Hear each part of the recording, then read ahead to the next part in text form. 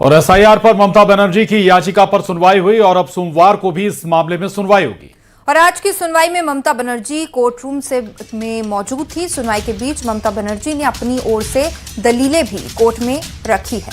SIR पर supreme court में सुनवाई के दौरान ममता बनर्जी ने कई आरोप लगाए। कोर्ट में ममता बनर्जी ने दलील देते हुए कहा कि एसआईआर की प्रक्रिया में पक्षपात किया गया है, तो अधिकारियों को सही तरीके से ट्रेनिंग नहीं दी गई है, ऐसा भी उन्होंने कहा। बंगाल में गलत तरीके से 58 लाख नाम काटे गए हैं। और इसी के साथ ममता बनर्जी ने कहा कि प्रवासी मजदूरों को नजरअंदाज किया गया है। एसआईआर के दौरान मानवीय पहलुओं की उपेक्षा भी की गई। बंगाल सरकार की ओर से इलेक्शन कमीशन को 6 चिट्ठी लिखी गई, लेकिन किसी भी पत्र का कोई भी जवाब नहीं दिया गया है। तो देखिए, एसआईआर पर ममता बनर्जी की याचिका पर आज सुनवाई हुई और अब सोमवार को इस मामले में अगली सुनवाई होगी। आज की सुनवाई में ममता बनर्जी कोर्ट रूम में मौजूद थी।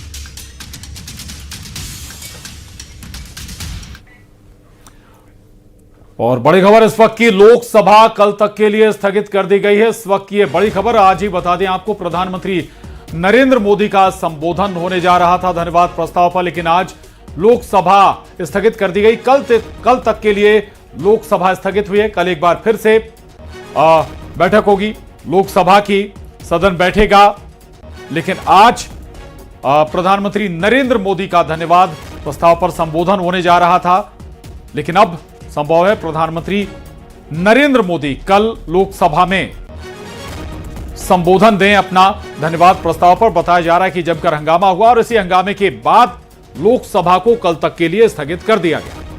देखिए, बड़ी जानकारी आप तक पहुंचाने जा रहे हैं। प्रधानमंत्री नरेंद्र मोदी संबोधित करने वाले थे। कई मुद्दों को लेकर लोगों की निगाहें भी इस संबोधन पर टिकी हुई थी, लेकिन अब एक बड़ी जानकारी सामने आ रही है कि लोकसभा कल तक के लिए स्थगित कर दी गई है और संभवतः अब कल प्रधानमंत्री नरेंद्र मोदी यहां पर अपना संबोधन देंगे, लेकिन विपक्ष की हंगामे की वजह ये बताई जा रही है, जिस वजह से लोकसभा कल तक के लिए अब स्थगित कर दी गई है। लोकसभा की कार्रवाई कल तक की स्थगित करने की वजह विपक्ष का हंगामा यहां पर सामने आ रहा है। दरअसल प्रधानमंत्री नरेंद्र मोदी अपना संबोधन देते उससे पहले ही विपक्ष ने हंगामा शुरू कर दिया था और ऐसे हालात ही नहीं बने कि प्रधानमंत्री नरेंद्र मोदी अपना संबोधन दें धन्यवाद प्रस्ताव पर, और इसी के बाद हंगामा बढ़ने के बाद लोकसभा स्पीकर ने कल तक के लिए लोकसभा की कार्यवाही को स्थगित कर दिया है। और प्रधानमंत्री नरेंद्र मोदी के संबंध पर खासतौर से या उनके संबोधन पर खासतौर से विपक्ष की निगाहें बनी हुई थी। आखिर किन मसलों पर, किन मुद्दों पर बोलते हैं प्रधानमंत्री मोदी। अशरफ काज़मी, न्यूज़ 18 संवाददाता हमारे साथ जुड़ गए हैं। अशरफ, इंतजार था सभी को कि प्रधानमंत्री आज किन मुद्दों पर बात रखते हैं, क्योंकि कई ऐसे मसले रहे हैं अभी हाल फिलहाल जो चर्चाओं का विषय रहे, चाहे राष्ट्रीय या अंतर्राष्ट्रीय हो, लेकिन विपक्ष का हंगामा और नतीजा कल तक के लिए स्थगित लोकसभा। अशरफ। बिल्कुल प्रशांत, देखिए लोकसभा जो है कल तक के लिए विपक्ष के हंगामे के कारण स्थगित कर दी गई। प्रधानमंत्री को 5 बजे अपना संबोधन करना था। यहाँ पे राष्ट्रपति के जो अभिभाषण था उस पर धन्यवाद प्रस्ताव पे प्रधानमंत्री को बोलना था, लेकिन विपक्ष के लोगों के हंगामे के चलते प्रधानमंत्री का संबोधन नहीं हो सका। लोकसभा की कार्रवाई स्थगित कर दी गई। जोरदार हंगामा चलता रहा। यहाँ पे जो विपक्ष जो है जो किताब का MM नरवणे जी पूर्व जल सेना अध्यक्ष रहे, उनकी किताब को लेकर हंगामा करते रहे। उसी बात को लेकर ये हंगामा यहाँ चलता रहा। प्रधानमंत्री आज यहाँ आते लोकसभा में अपने धन्यवाद प्रस्ताव पर बात करते तो कई मुद्दों पर वो अपनी बात रख सकते थे।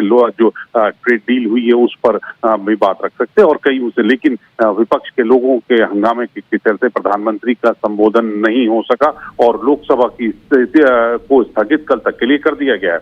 जी प्रशांत। बिल्कुल, और इंतजार अशरफ संभवतः विपक्ष को ही ज्यादा होगा कि किन मुद्दों पर क्या बात रखते हैं प्रधानमंत्री मोदी, और उन्हीं का हंगामा ये वजह भी बना। अब संभव है कि कल प्रधानमंत्री नरेंद्र मोदी अपना संबोधन दें। हाँ, देखिए अब आगे की रणनीति पर जो काम किया जाएगा उस पर बातचीत की जाएगी, जो होगा उस पर संभव है। लेकिन हाँ, उम्मीद ये की जाती है कि हो सकता है कि प्रधानमंत्री अब कल अपनी बात रखें और कल अगर माहौल से विपक्ष हंगामा नहीं हुआ तो हो सकता है कि प्रधानमंत्री अपनी बात रखे, जो लोकसभा राष्ट्रपति के जो धन्यवाद प्रस्ताव है उस पर अपनी बात रखे, उनका जवाब दे। जी बिल्कुल बिल्कुल अशरफ, बीजेपी नेताओं से इसके बाद बात हुई क्या आपकी? लोकसभा स्थगित होने के बाद कई बड़े नेता स्वाभाविक है बाहर आए होंगे सदन के। देखिए प्रशांत, अभी क्योंकि अभी का है तो सब लोग अंदर ही हैं, अभी अंदर ही सदन में है। वो बाहर जैसे निकलते हैं तो फिर बातचीत होती है, अभी कोई बाहर निकल के नहीं आए।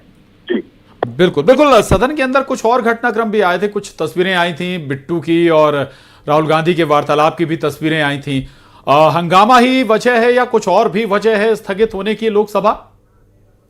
देखिए, लोकसभा को स्थगित करने की वजह हंगामा ही है, क्योंकि जैसे कल विपक्ष लगातार बात कर रहा था कि राहुल गांधी जो विपक्ष के नेता हैं उनको सदन में बोलना नहीं दिया जा रहा है। वो अप्रकाशित किताब MM नरवणे की जो पूर्व जिलाध्यक्ष हैं उनको कोट कर रहे थे, तो इस पर सत्ता पक्ष ने आपत्ति जताई थी और फिर लोकसभा अध्यक्ष ने भी नियमों का हवाला देकर उनको ये करने से रोका था। तो इसी की वजह से जो विपक्ष है वो लगातार हंगामा कर रहा है और वो ये कह रहा है कि नेता प्रतिपक्ष को भी सदन में बोलने नहीं दिया जा रहा। ये असली वजह है हंगामे की कि नेता प्रतिपक्ष को सदन में नहीं बोलने दिया जा रहा है, विपक्ष की आवाज दबाई जा रही है। राहुल गांधी ये खुद बाहर आकर बिल्कुल, और यही आरोप लगातार विपक्ष लगा भी रहा है। इसी आधार पर हंगामा भी सदन के अंदर देखने को मिल रहा है। शुक्रिया अशरफ आपका इस पूरी बातचीत के लिए। संसद ने 3 दिन लगातार यहां पर हंगामा चला और इस बीच राहुल गांधी के एक बयान ने भी नया बखेड़ा खड़ा कर दिया है। दरअसल लोकसभा के निलंबित सांसदों के साथ राहुल गांधी संसद परिसर की सीढ़ियों पर खड़े थे और तभी पास से रवनीत बिट्टू ने गुजरते हुए तंज कसा। तजिए कि ये कारगिल की जंग जीत कर आए हैं, इस पर राहुल गांधी ने बिट्टू को गद्दार दोस्त कहकर संबोधित किया। राहुल ने कहा, इनके चेहरे को देखो, गद्दार दोस्त। इसके बाद बिट्टू ने राहुल गांधी से हाथ मिलाने से इनकार कर दिया और बिल्कुल इसके बाद राहुल के बगल से निकलते हुए बिट्टू ने राहुल गांधी को देश का दुश्मन भी कह दिया।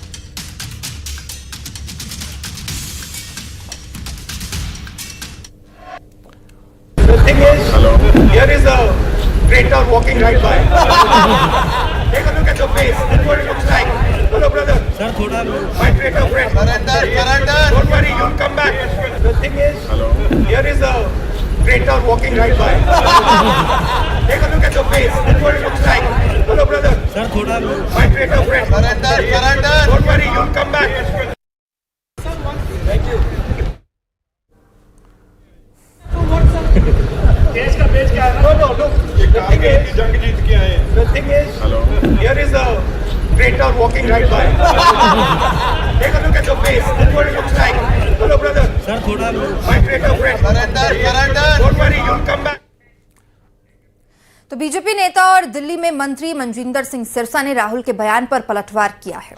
सिरसा ने कहा कि राहुल गांधी इस तरह की भाषा का इस्तेमाल करना सीखकर समुदाय का अपमान कर रहे हैं, सिख समुदाय का। सिरसा ने कहा कि एक सिख सरदार कभी गद्दार नहीं हो सकता। उन्होंने आरोप लगाया है कि अगर किसी ने देश और सिखों के साथ विश्वासघात किया है तो वो कांग्रेस है और गांधी परिवार है। ये वो पापी परिवार है, वो देश के ये वो गद्दार लोग हैं जिन्होंने अखबारों में इश्तिहार दिया था और टैक्सी में एक सिख ड्राइवर को दिखा के लिखा था, क्या तुम्हें इसे देखकर डर लगता है? ये वो परिवार है, ये वो कांग्रेस है। इन्होंने हमें आतंकी घोषित करने के लिए अखबारों में इश्तिहार लगवाए थे। विदेशों की एम्बेसियों के अंदर बकायदा इश्तिहार लगा के कहा था कि जो सिख हैं ये आतंकी हैं। ये मानसिकता में 40-41 साल बाद भी इनकी मानसिकता में कोई अंतर नहीं आ रहा। पुष्ट दर पुष्ट ये सिखों के दुश्मन हैं, सिखों के प्रति नफरत रखते हैं। जैसे राहुल गांधी ने कहा था ना कि जब मेरी दादी मरी तो मेरे को बहुत गुस्सा आता था, मेरा करता था मैं कुछ करूं, वो आज तक अपने जो पाप अंदर छुपाए बैठे हैं। मैं आज ये कहना चाहता हूं कि माननीय स्पीकर साहब को भी ऐसे लोगों पे कार्रवाई करनी चाहिए। इस मानसिकता का कोई स्थान नहीं है इस भारत देश के अंदर।